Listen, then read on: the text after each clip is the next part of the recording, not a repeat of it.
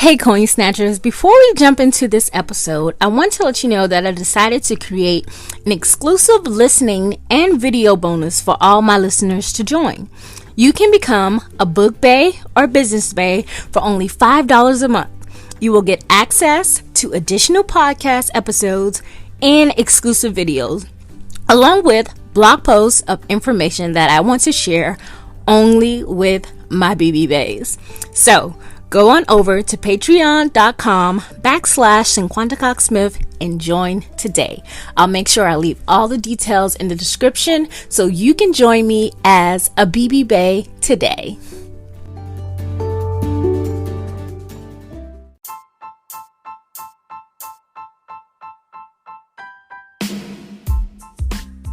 Welcome back to the Coins and Connections podcast, where we explore all things books, business, and bullshit. My favorite bees. Now let's get into today's episode.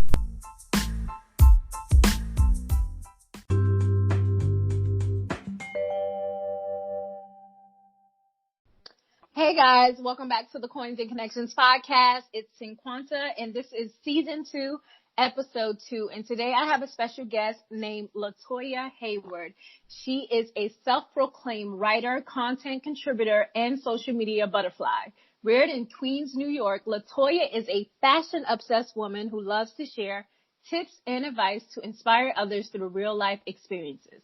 With a master's in business and human resources, she has created a brand that is built on honesty and professionalism. She is currently based in Atlanta, Georgia. As seen on TMZ, BET, WSB-TV, and VH1 Black Ink, Latoya is no stranger to the entertainment industry. She has contributed to InStyle Atlanta and an entertainment blog that features A-listers and entertainers, red carpet highlights, and hotspots. She currently serves as a fashion contributor to Luxe Curves and Rainbow Affair magazine. As a marketing consultant, Latoya has worked with numerous brands such as Chick-fil-A, BET, VH1, Tesla, Fashion to Figure, Plush Boutique, LY, LAS Extensions, and a host of other local businesses. Her greatest passion is being an activist and certified peer supporter for burn survivors. So, hey, Latoya, how are you today? I'm doing well. I gotta have you read my bio more. I'm so glad that you could join us on the podcast. I'm excited to dig into some good questions. But before we start, we are going to do our rapid fire questions. So are you ready? I'm ready. It's time for our rapid fire questions of the day. All right. So what is one thing you want to accomplish the most? One thing I want to accomplish the most. Changing lives. I think that's my biggest goal. That's kind of why I do what I do. That's my driving force. Each day is changing lives. And if it's just one person whose life I can change, whether that be through media, sharing their story, whether that be through a transformation, that's just my ultimate goal in life and my true purpose for my business. Okay, so name a remake of a movie or song that you can't stand and why. Oh, God. Remake of a movie or song. I don't know. I don't watch much TV these days. Song. That is a good question. What do you think about, what is it? His name is it OT? When he remade Keisha Cole's song? Oh, yeah, that sucked. Yeah, that was. Like we would never hear that song the same way again because of that. Yeah, that was a good one. That is a good one. Yeah. So what is your favorite way to celebrate your birthday? With family and friends. I love dinner. I love like private, intimate dinners with my family and friends. Even at at home, just gathering some of my friends and family and just doing something really small. Those tend to be the best birthdays. Okay. So are you still close to your childhood best friend? My childhood, yes, I am actually. She actually moved out here to Atlanta from Queens. So after years of trying to get her to move, she moved a year and a half ago, and Oh, she's that's so thriving and dope. doing well. Yep. And That's good. she's been able to help me with a lot of my business ventures. Just having someone close here has been phenomenal, and she has a set of twins, and those are my god kids, and so yeah, it's been awesome. All right. So, what's the craziest gag gift you've ever received or given? I've never received a gag gift. Really? We gotta get you something. No. My life think is they are not that so exciting, funny. I guess. Oh my God. All right, now somebody listening, y'all gotta send her something. God, All my life right. is boring. So, fall or summer? Definitely. I like both, but if I had to pick one, I'll say fall. Okay, fall be giving all the looks. It does. It does, and the weather's bomb. Yes. So I get asked a lot, how did you start your podcast? Where do I begin? How can I start a podcast? Well, if you haven't heard about Anchor, it's the easiest way to make a podcast. Let me explain. First of all, it's free. You know, I'm down with the free. There's a creation tool that allows you to record and edit your podcast right from your phone or computer. Anchor will distribute your podcast for you so it can be heard on Spotify, Apple Podcasts, and many more.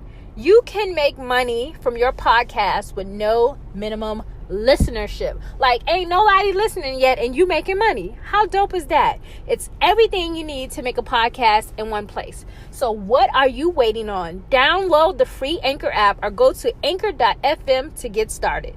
All right, so we're going to just dive right on in to the interview. And the first question I have for you is, how did you come up with your business name? So my business name actually came from when I was in college. I attended Francis Marion University, and I had an opportunity to pledge Delta Sigma Theta Sorority Incorporated. And the line name that I was given was Thoroughbred. And I was given that line name because, I was the one on the line that would keep everyone together. So when everyone was going through things, we all were going through things, and it was just a lot, with trying to balance schoolwork and pledging.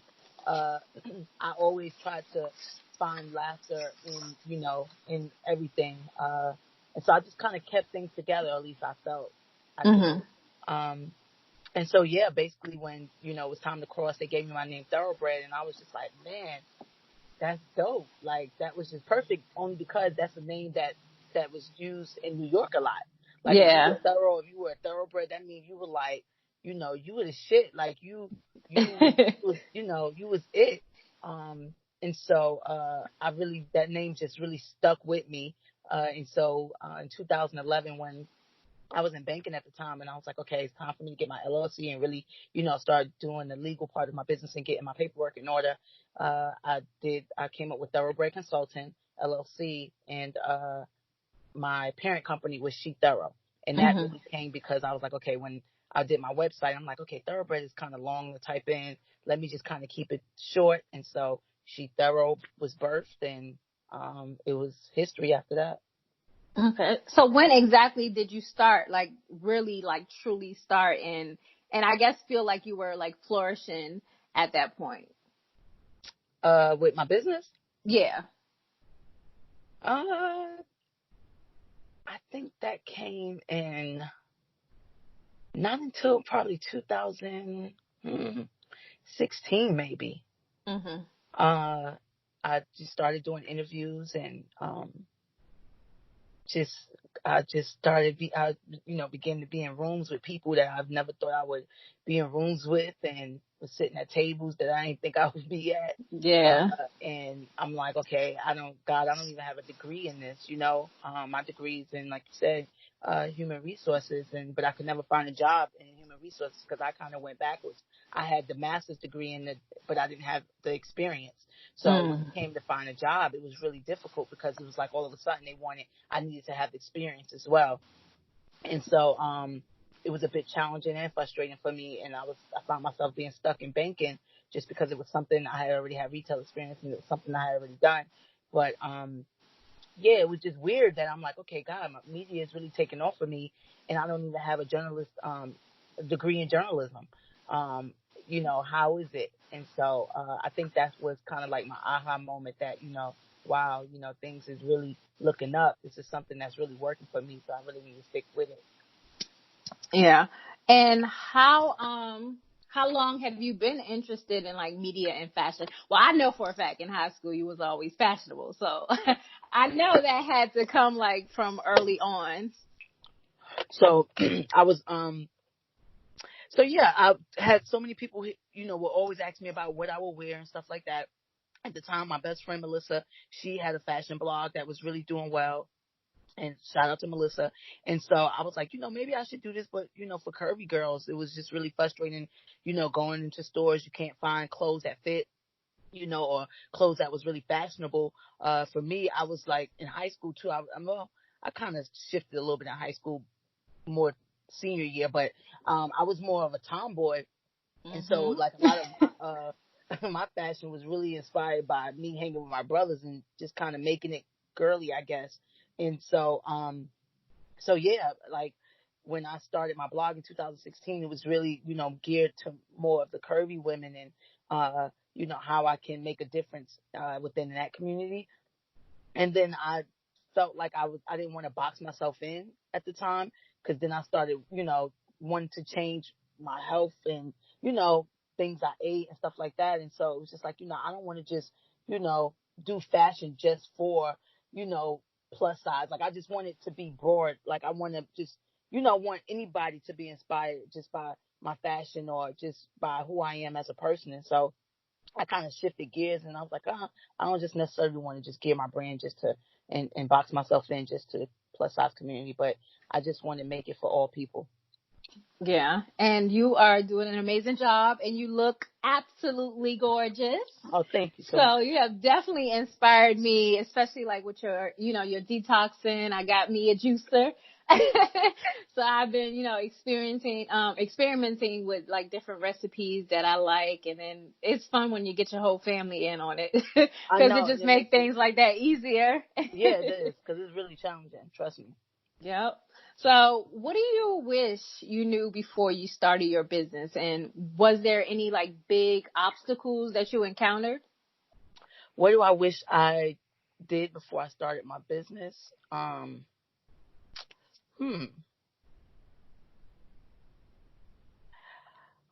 Probably in the beginning stages, having a business plan. I have one now, but just kind of having the business plan. At one point, I was just kind of all over the place because things was happening for me really fast. Like opportunities was coming my way, and I never really took, that time to sit down and say, okay, let me just structure this a little better, but I was so overwhelmed because I'm like, man, I got this deal, this person is hitting me up, and so I was just kind of, it got to a point where it became overwhelming. Yeah. And so I guess in the beginning stages, just having that business plan, like I had, I was in banking, so I knew the importance of LLC, tax ID, and I already knew how to create all of that because I did it for a lot of my business clients. And, my consumer clients that came in wanting to start a business. So that was easy for me. But just having a business plan is so crazy because I did it in college. But like I said, I don't know, things just kind of took off into a different direction so fast that, I was just like, okay, I need to restructure, and really sit down and see what this looked like. So I think that would be something I should have done early on instead of later. And what was the second question? Did you face any obstacles or encountered any obstacles after you started or before you started? Oh yeah, definitely. It's always obstacles. It's always like trial and error for me. Like one thing about it, I'm not afraid to, I'm not afraid of failure. I'm not afraid of trying something, and just seeing if it works or not. I feel like that's what makes, your business grow, and that's what makes you, successful as a entrepreneur. So for me, I don't think that I would say obstacles, because everything is really a lesson and it's just about growing and learning from it. So, each day I just strive to be better. I don't have it all together. I don't act like I do. It's still just always learning curves and just, just trying to for me, just putting myself in a position to learn and educate more about the ins and out of the business side of it. Yeah, I agree with that because things come up often, especially in businesses, and there's like fees and so much things you have to learn along the way that sometimes no one is teaching, and it's just you have to go through it to actually, learn it and get through it, and then next year, like, all right, I got this. Now I know what I got to do. Now I know when this fee is going to hit me or when I have to renew this license or anything. Uh-huh. So I definitely agree with you on that. So, what has life been like for you after your daughter's burn accident? Life has been a blessing. Mm-hmm. To sum it all up, life has truly been a blessing. She made it through. We had so many opportunities, and she's been able to share her story and her with the world, literally. And so, it's a blessing in disguise. Sometimes we don't know why things happen to us, and Mm-hmm. even during that process when I was stuck at the hospital at Grady Hospital, hustling my shirts because I had quit my job in banking, and my goal in that moment was to be a mom.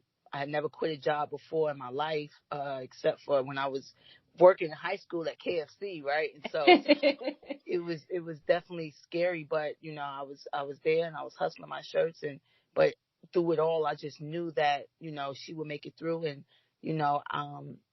I don't know, I just knew that it will be a light at the end of the tunnel. And so, for us, we've been able to just travel, and she's been able to attend different conferences and just basically share her story and just, be on TV, and just, just really show young girls and just anyone, period, that, no matter what you go through, no matter what you look like, no matter what adversities you're faced with, in life, that you too can make it. You just got to have faith, and you just got to keep pushing. And so, thank God she's thriving. She's in first grade now and going to second grade, and she's growing, and it, like the burn, it never stopped her.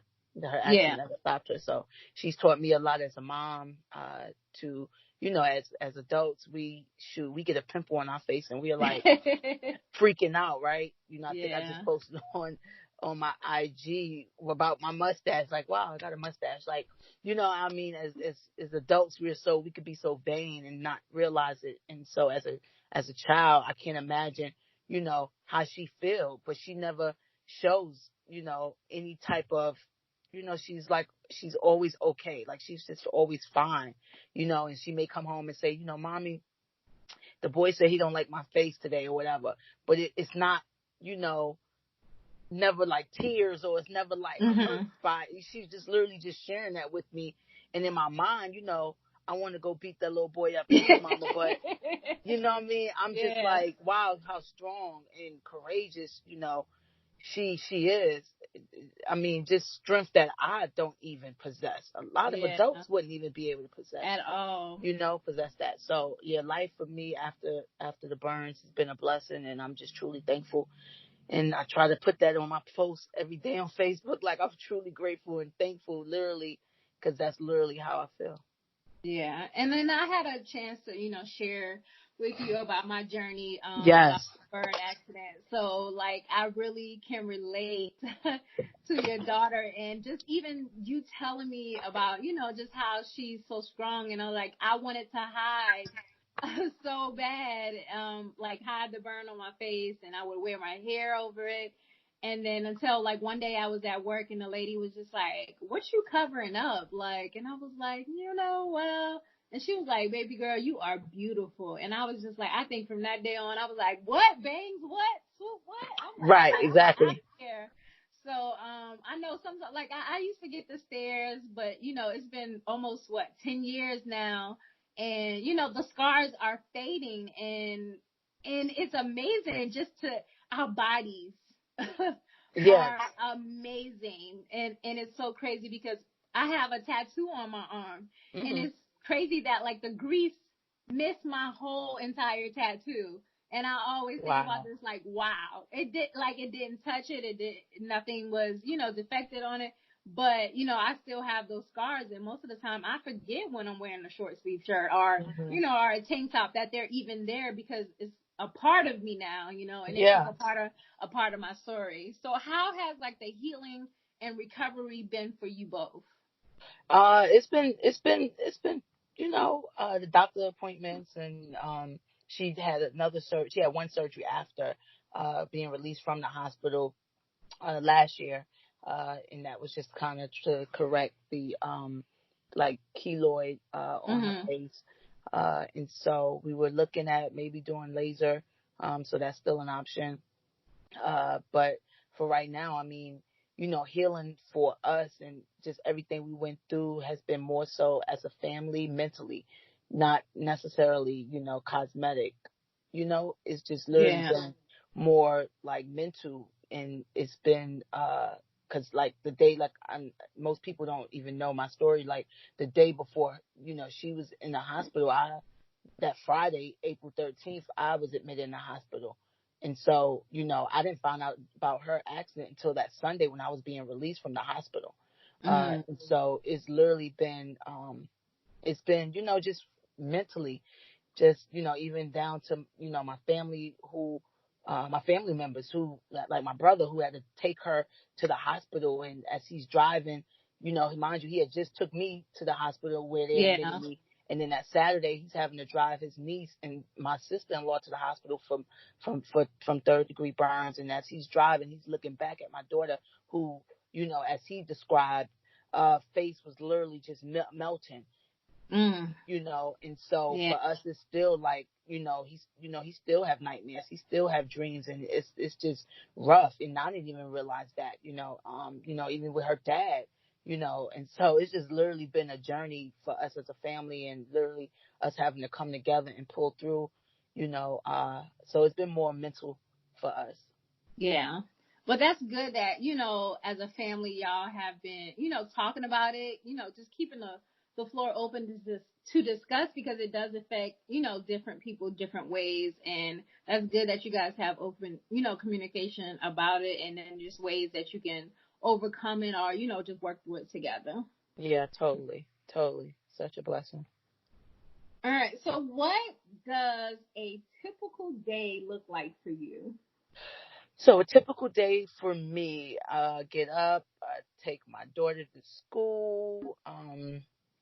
I work for a marketing company now, and so but I'm blessed to work from home, and Mm-hmm. so after I drop her off, I come home, kind of have me some tea, just mentally get my mind prepared, because it's been, it's different. This is like my first time ever working a job from home, and so you have to have a lot of discipline.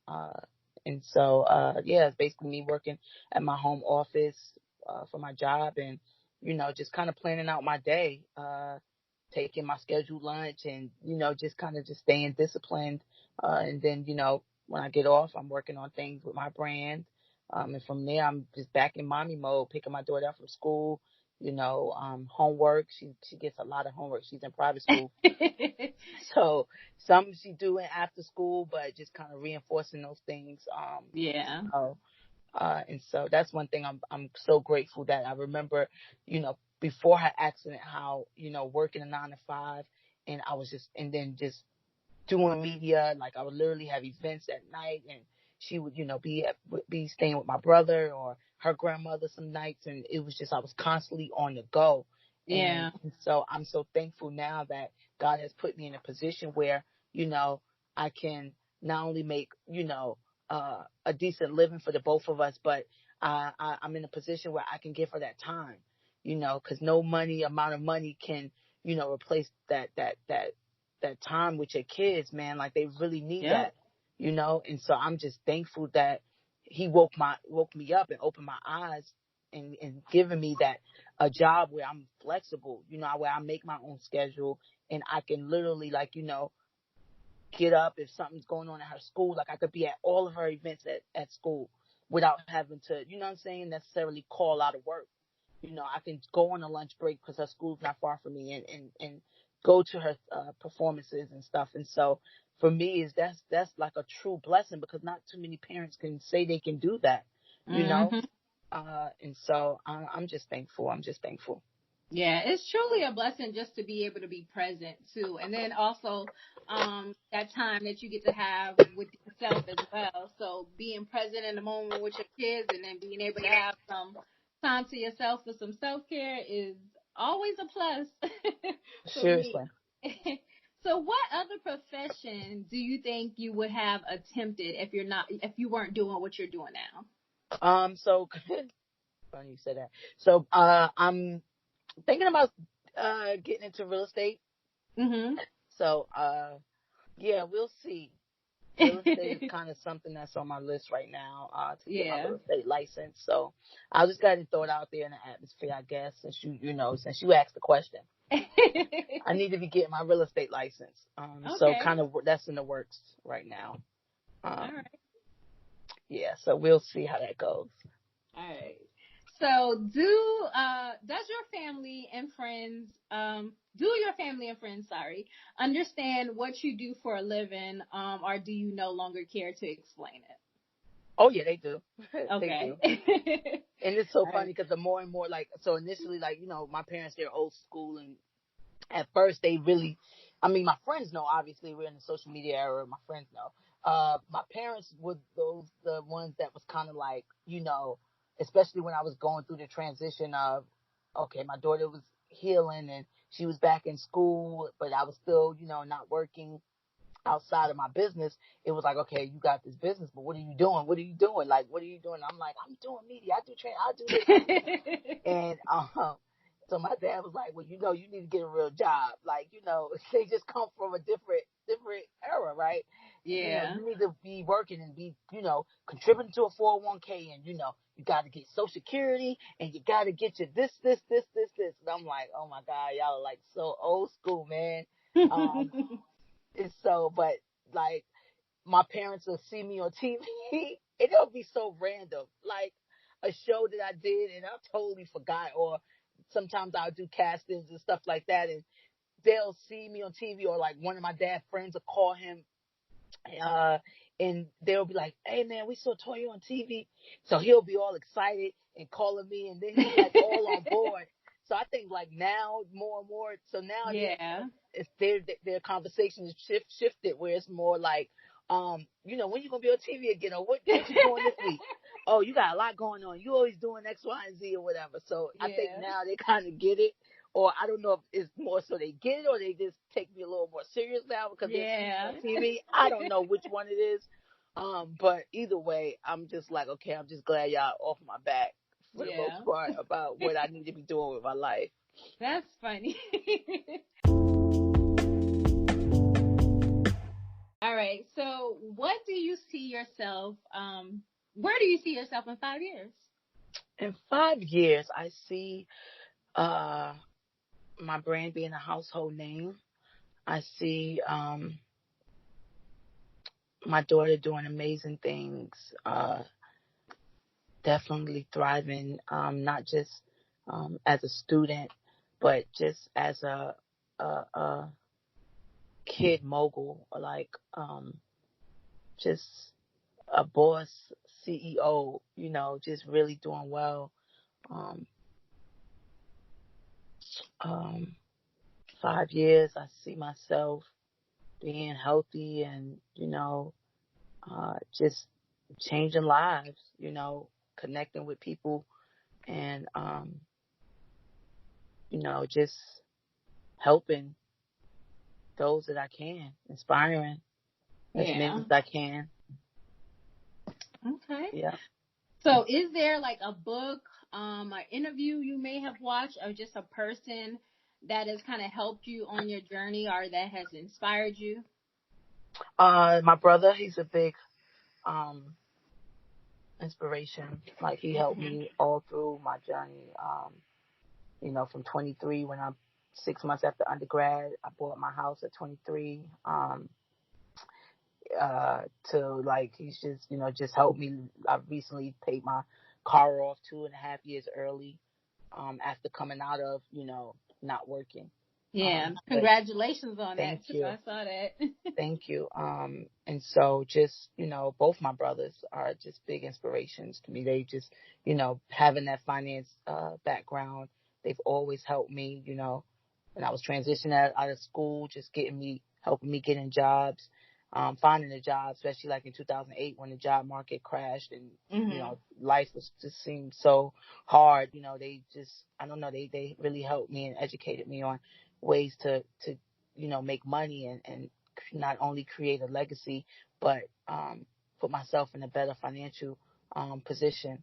And so for that, I'm forever thankful. My parents who, always got my back when I fall. My family, who, was there during the toughest times in my life when me and my daughter was going through what we went through with her burn accident. And so, just so many people. I'm just, like I said, just thankful and just so blessed because everybody don't have that support, Yeah. I have so many friends who, it's just literally them and a cousin, a strange cousin, like not Yeah. even a third cousin that they have in life. Like they have no family. You know what I mean? Mhm. And so for me, God always put me around those people to really show me how blessed I am. And so that's why I always try to remain humble, do what I can for people to the best of my ability, and just try to be a good person. You know what I mean? I think the world lacks just good people, I agree on selfless people. definitely. We You need know, more good people. um, people that's just not about self, but how we can really help and build each other up.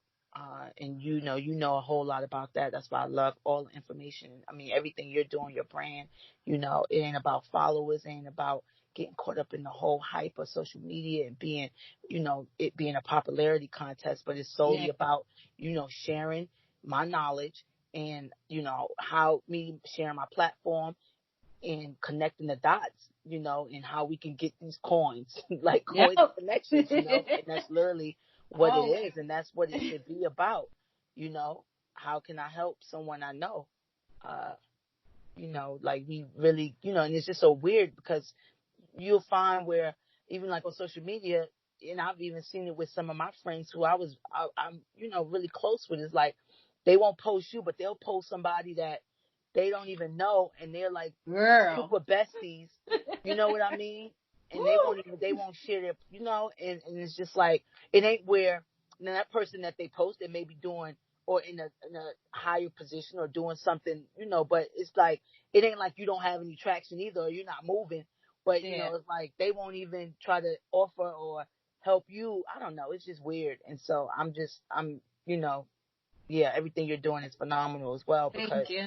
you don't have too many people that's like, hey, let me share my platform with somebody that I know first. Because my brother, he told me something one time, a long time ago, that really stuck with me. Like, how can we help someone on the outside first but my family, how can we feed someone on the outside on the streets and my family is starving? Like Yeah. what how that don't even make sense. And I'm like, wow, you're right. You know what I mean? And I'm not talking about the ones that don't want it, that who you've tried, like you got that one family member who was like, yo, I Oh done yes. tried to help you, and I've depleted everything I've had. So you, at the end of the day, sir, cousin Bob, you can't say Greg, you can't say shit about I ain't trying to help you because you know what I'm saying? Me and my husband have had many fights over your ass and me loaning you money. So I'm not talking about that Yep. family member, but I'm talking about that family member who you see, or that friend who okay, dang, they trying to do something. Okay, I see you. You know what I mean? Yeah. Why would I give them the cold shoulder just to, you know, and I don't know. It's just weird. So, Yeah. I I say that a lot too. I'm have to. always saying shit is weird out It is. here. So when he And said that that, was I'm like, like, you're right. yeah, that was one reason I reached out to a lot of people who I know personally. Like this podcast thing is not easy. And I wanted to really like get some skin in the game. And I was like, then when I approach, my friends who are doing great things, I can step to them professionally. Like, all right, I got my shit together. I'm gonna present it to you so you know, this ain't no little thing that I'm doing.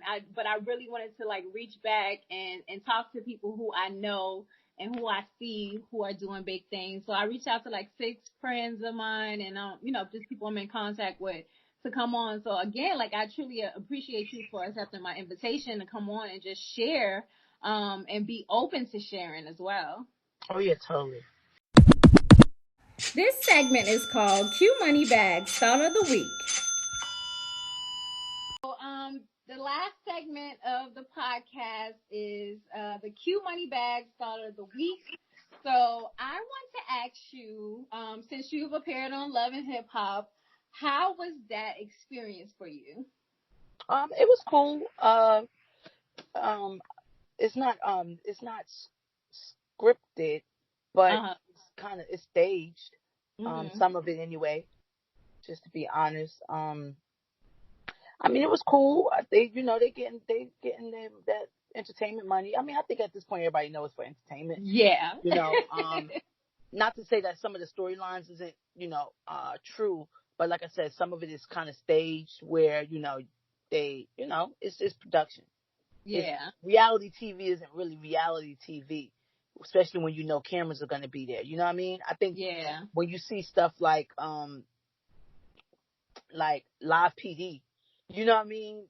Yeah. I think that gives you more of a reality. And even with that, like, I don't know if they have to get permission to, have those folks. It's like real. Yeah. It's like. Right.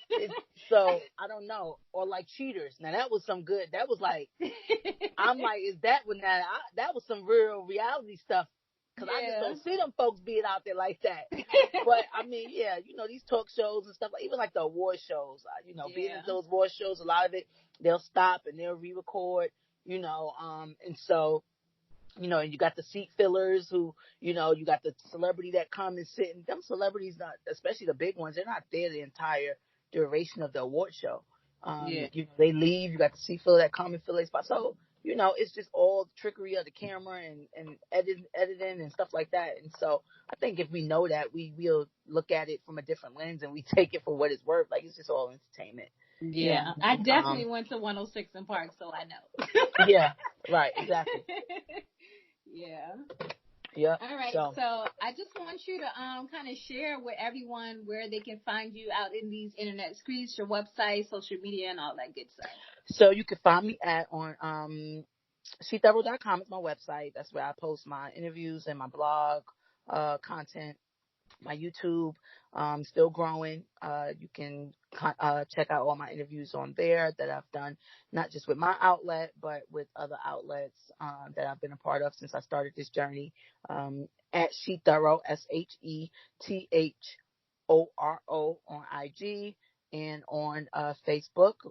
Latoya Heyward is my name. And She's Thoro with an S on Twitter, because sheThoro wasn't available when I went back. I deleted my Twitter. I get that. Yeah, I deleted my Twitter because Twitter had fell off. And then all of a sudden I was like, man, I wish I wouldn't have. And so I went back to try to, do Twitter. And so, yeah, sheThoro wasn't available. So it's She's with an S on Twitter. But yeah, sheThoro, if you Google, you'll be able to find. Yeah, and you have amazing shirts, and I love my leggings. I'm probably going to wear my leggings till they have holes in them, because I wear everything that long. Right. But right. I love your brand. You're doing amazing things, and I love just seeing you just out there on TV. I'm always like, look at go, girl. I'm trying, girl. So it's all that, one person make it is like, we feel like we all made it. So that's just the vibes that I get, and I'm proud of you. If nobody had told you today, thank you. I'm super proud of you. And again, thank you so much for just joining me on this episode. I hope you guys can take away some information or some knowledge, and make sure that you go follow Latoya on all of her platforms. And again, thank you guys for subscribing. Don't forget to leave a review, and until next time.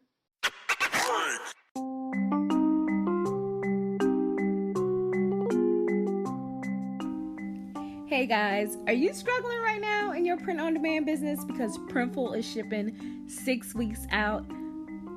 Yeah, I know. I'm here with a printful alternative for you, and that's Shirtly. Shirtly has amazing quality. They're shipping 3 to 5 business days. I love the platform. Super simple and easy to use. You can integrate it with Etsy and Shopify, or you can put in orders manually. So if you want to try out Shirtly, just go to bit.ly/ShirtlyCC. Make sure you look for the link in the description of this podcast episode. I hope this helps you out in your print-on-demand business.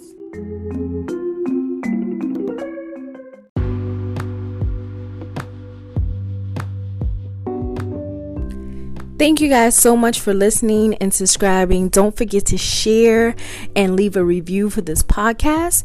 If you have any questions, you can email me at hello@cinquantacoxsmith.com. You can follow me on Instagram at cinquantacoxsmith and at coinsandconnections.com.